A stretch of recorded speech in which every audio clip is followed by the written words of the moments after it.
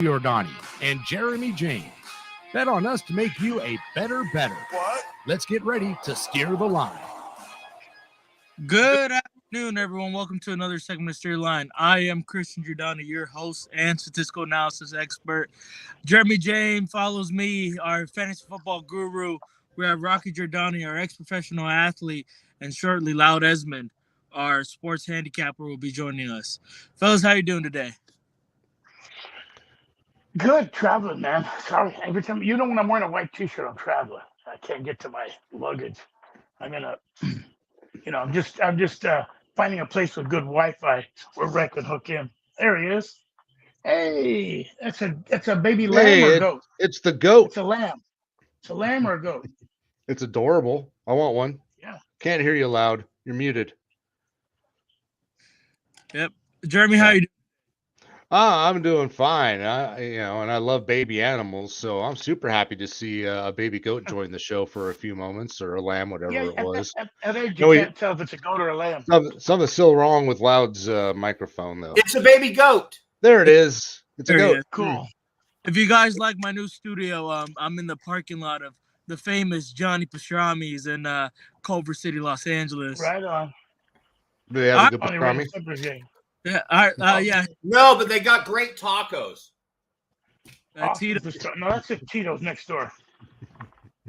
Johnny All right. Oh, Tito's tacos are awesome. Let's get right into it. We're going to talk some NFL, but something me and Loud talked about a few weeks ago, revolving the MLB and revolving sports gambling. Shohei Ohtani is now found innocent on all accounts for sports betting and sports gambling. He put Suara, his interpreter, translator, childhood friend, for illegal gambling and stealing $16 million from his boss. Rocky. The interpreter stole the money. Yeah, listen, that sure was fast. Man, I've never seen a guy get cleared that fast.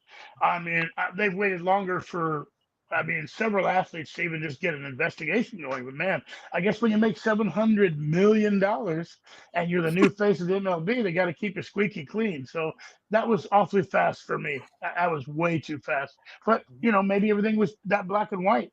Maybe he really is that innocent. Yeah. Loud. Is he? No. No, he's not. Here's the thing. Look, anybody who's been involved in sports gambling for a long time knows that when you're dealing with a bookie, the bookie does not let you get in over your head because they want to get paid back. So they're just as tight on giving out credit. So, and remember, the story started with $4.87 million being paid by Shohei Ohtani. That was the original story. Shohei Ohtani said he paid a $4.87 million gambling debt of his assistant, longtime interpreter, because they were threatening him. Okay, so somehow he didn't notice that another $12 million was missing. And by the way, Shohei Ohtani has a very strange relationship with money. He defers almost all the money in his contracts. When he came over to the United States, he came over at 23. If he had waited till he was 25, he was eligible for a much higher salary. He was making more money in Japan, and then he came over to the United States, and the maximum you can get, and this is all about deterring Cuba, Venezuela, and other places from basically blackmailing their athletes and stealing all their money when they're kids, is if you're under the age of 25 and you come to the United States, the most you can get as a free agent is $3.5 million a year. Shohei was making way more than that in Japan when he came over to the United States at the age of 23, And then he basically put himself on an allowance the rest of his life by deferring most of his contract. That sounds to me like somebody who knows they have a problem managing money. Yeah, or hanging on to it. Exactly. And if the guy had stolen 10 grand using Ohtani's debit card because Ohtani would send him to go get cash out of the bank for him or something, that's one thing. He's got accountants. He's got lawyers. He's got agents. Are you telling me this guy stole $16 million and he didn't notice until just now? So this is the thing right now. FBI has stated, and Ipe has pleaded guilty to. He pled guilty. Excuse me. He had access to Shohei's bank account via his phone and Shohei's phone. He turned off the notifications on Shohei Ohtani's phone to get so he wouldn't see any transactions or withdrawals in his bank account. And Ipe was impersonating Shohei Ohtani while speaking Japanese through the banks. That is what's been said, and that's what's been told. Is it believable? That's for everyone else to decide. I don't buy it, and I think this interpreter is the fall guy and is going to get a big check when he gets out of jail. All right, let's talk some sports, shall we? That's what I told Christian yesterday. I thought the guy was going to get a big check for falling on his sword. Take it away. Raiders. Isn't that what the Japanese do, by the way? Fall on their sword? Yeah, for their boss. Honorable death. You know, that's how you know Japanese. That's why you know Japanese guys from other Asians, because they speak from the diaphragm. Anyway,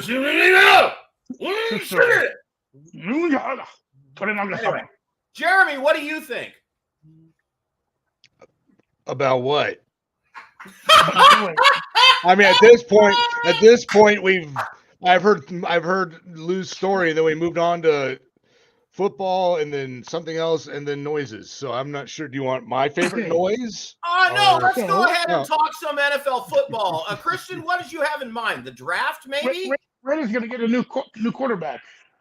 Raiders are going to get a new quarterback. Rocky, go on ahead. Yeah, Tom Brady said he'll play for the Raiders or the 49ers or the Patriots. He would come out of retirement. Tom Brady can't do that while he's a part owner of a football team, so he has to defer that. His ownership hasn't been approved yet, and he said he didn't know if he could get if they could get approved to play again. He'd have to suspend his ownership, obviously.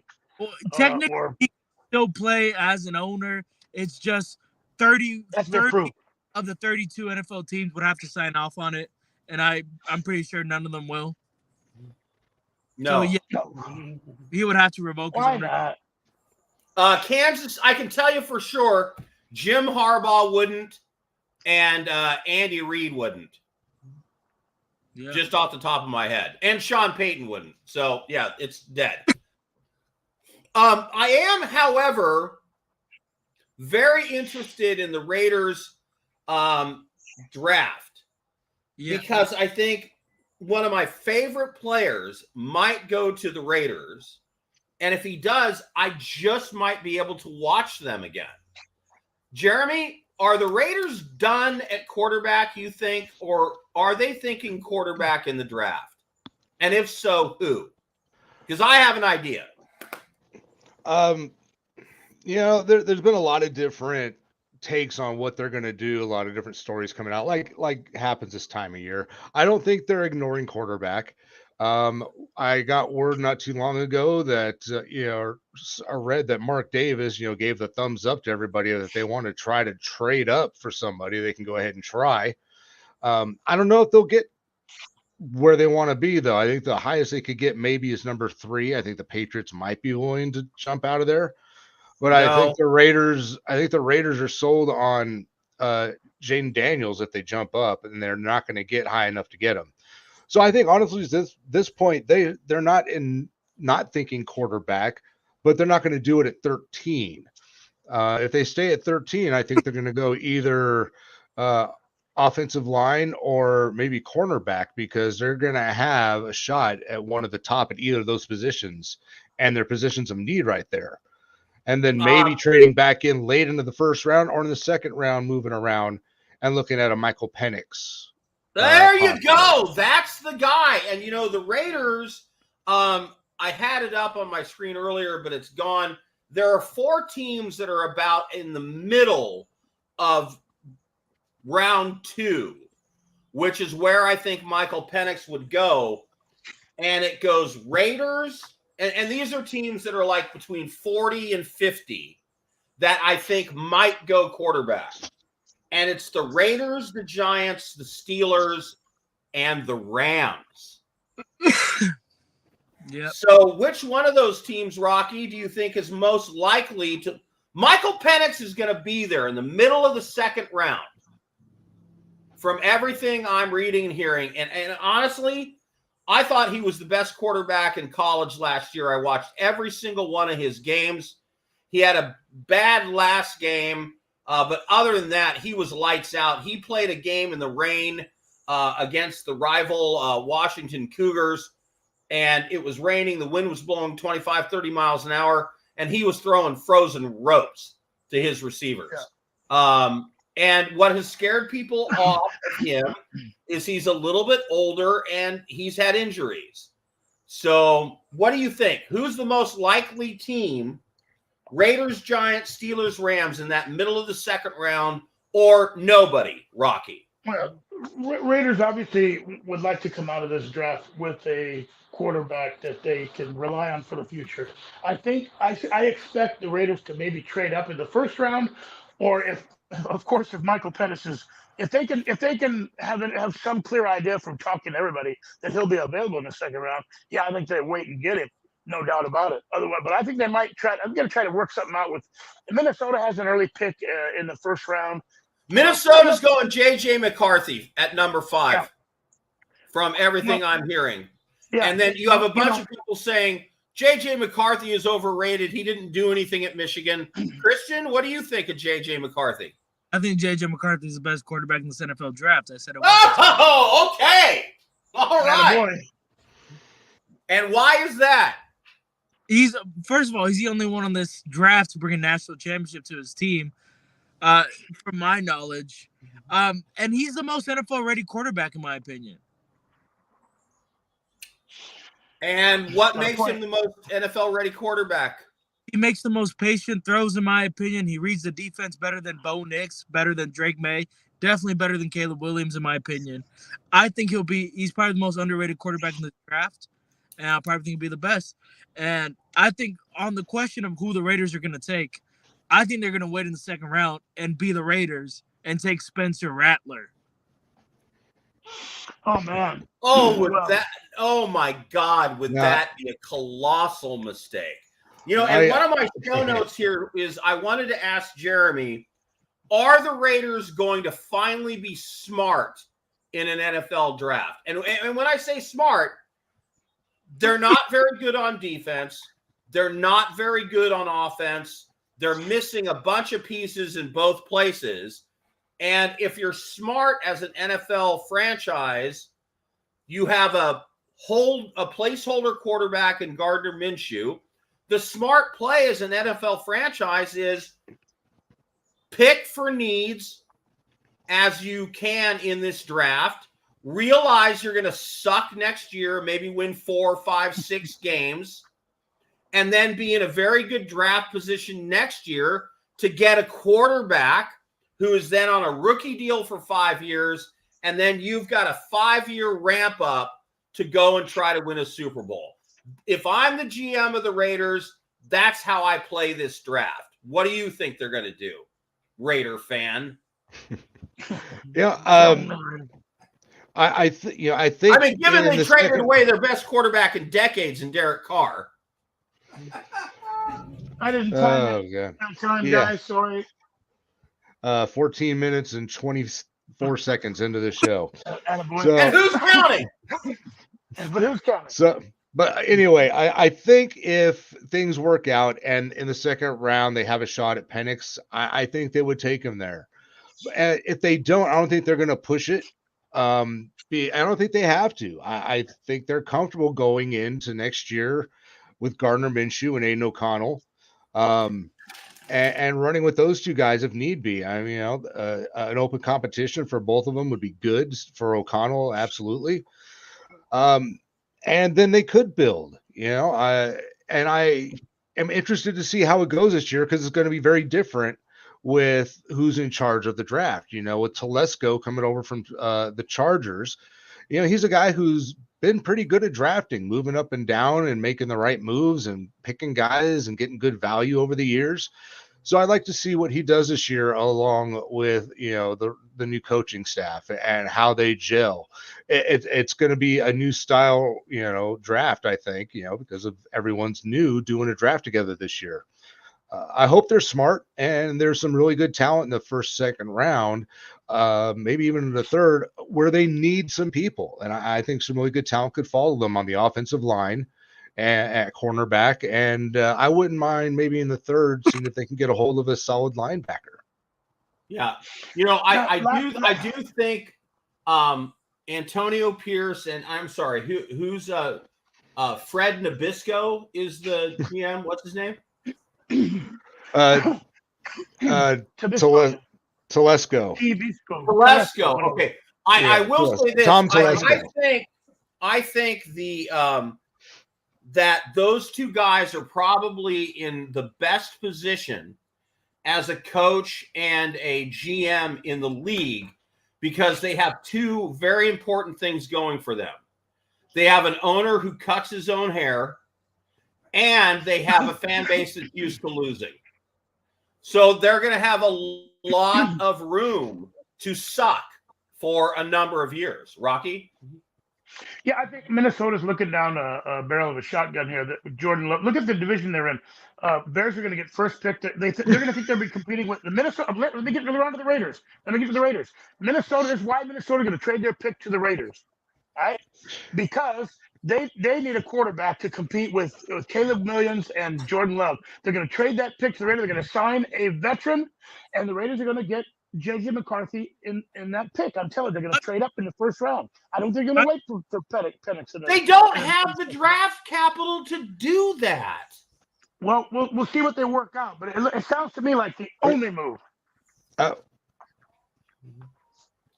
Okay. How do we guarantee? Well, meanwhile, hang on. Meanwhile, back where the rest is available in the second round. How can we guarantee they're going to quarterback in the second round even? Well, that's the thing. I don't think the Raiders are a team that they've got to make sure. Yeah, they don't have to make sure they leave with one of those top and they can four suck and their guys. fan base will still come. And McCarthy isn't on. I don't think.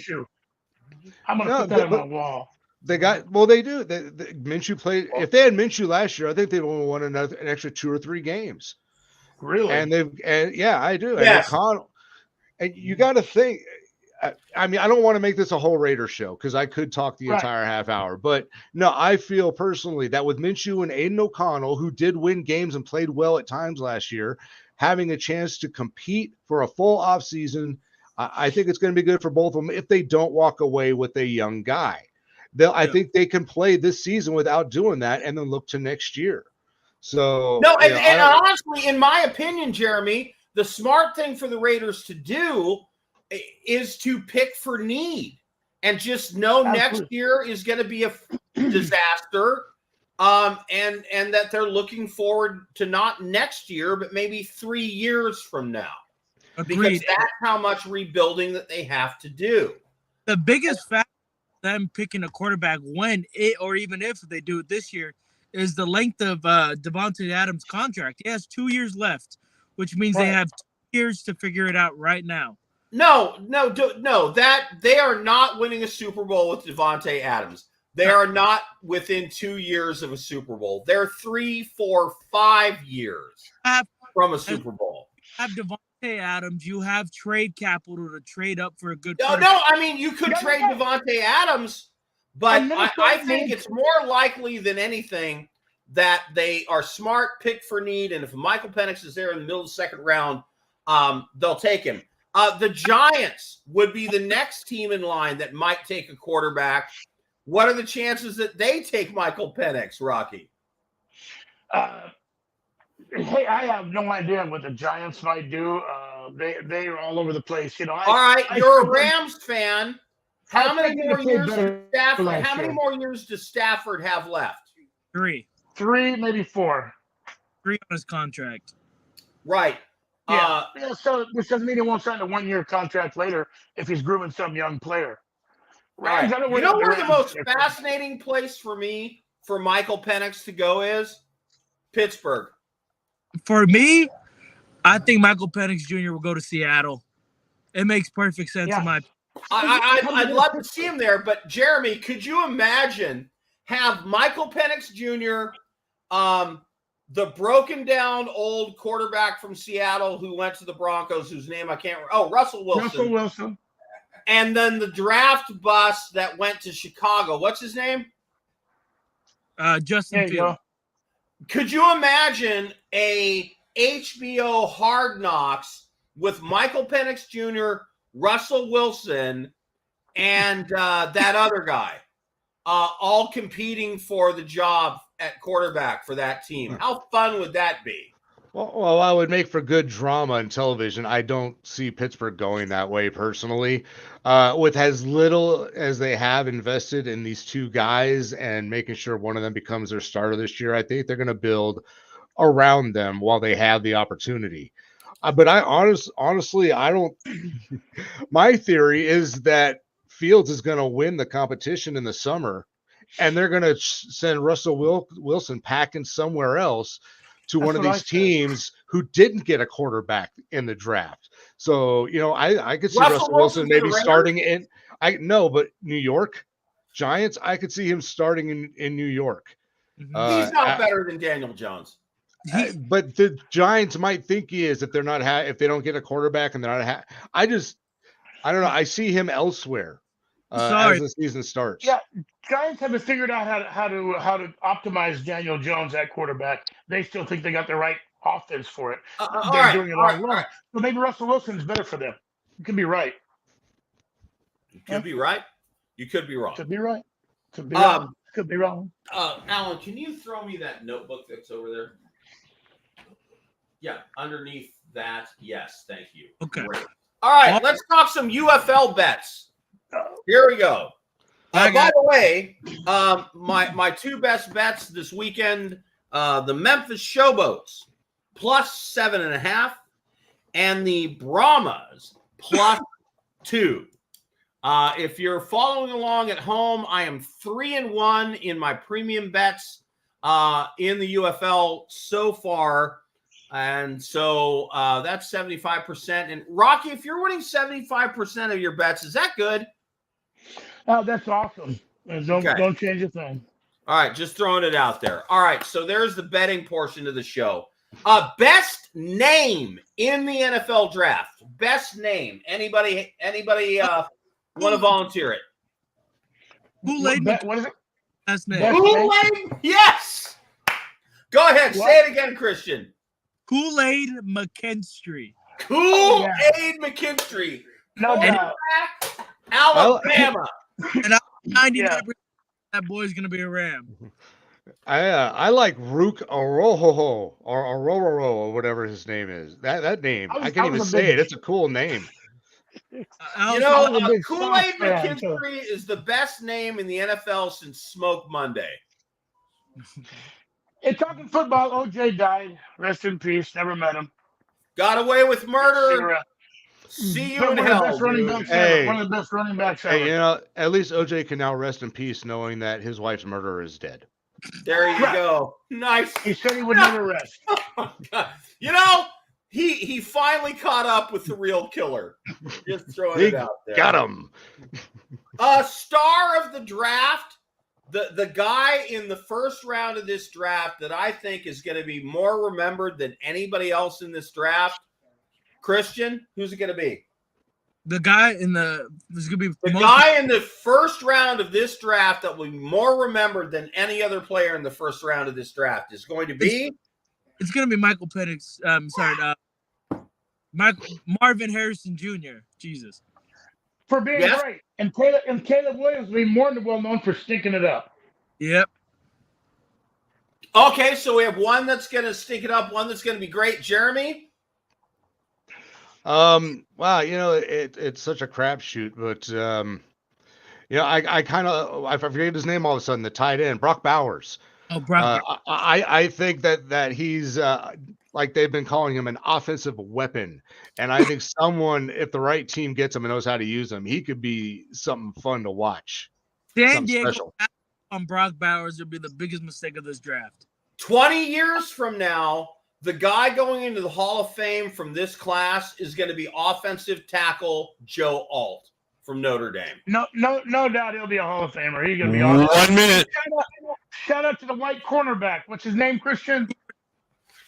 The white cornerback coming out. It's going to be the first white cornerback drafted in 20, how many years? 20 years, man. Yeah, this guy is the only guy. I like it. Years. You know what's funny? The best running back in the NFL is a white guy. Yep. Yeah, that's for two. Cooper Kupp. All right, everyone. This has been Steer Line. Right. See you guys next week for more draft, NFL, and USFL. Go betting! Yeah. Thank you.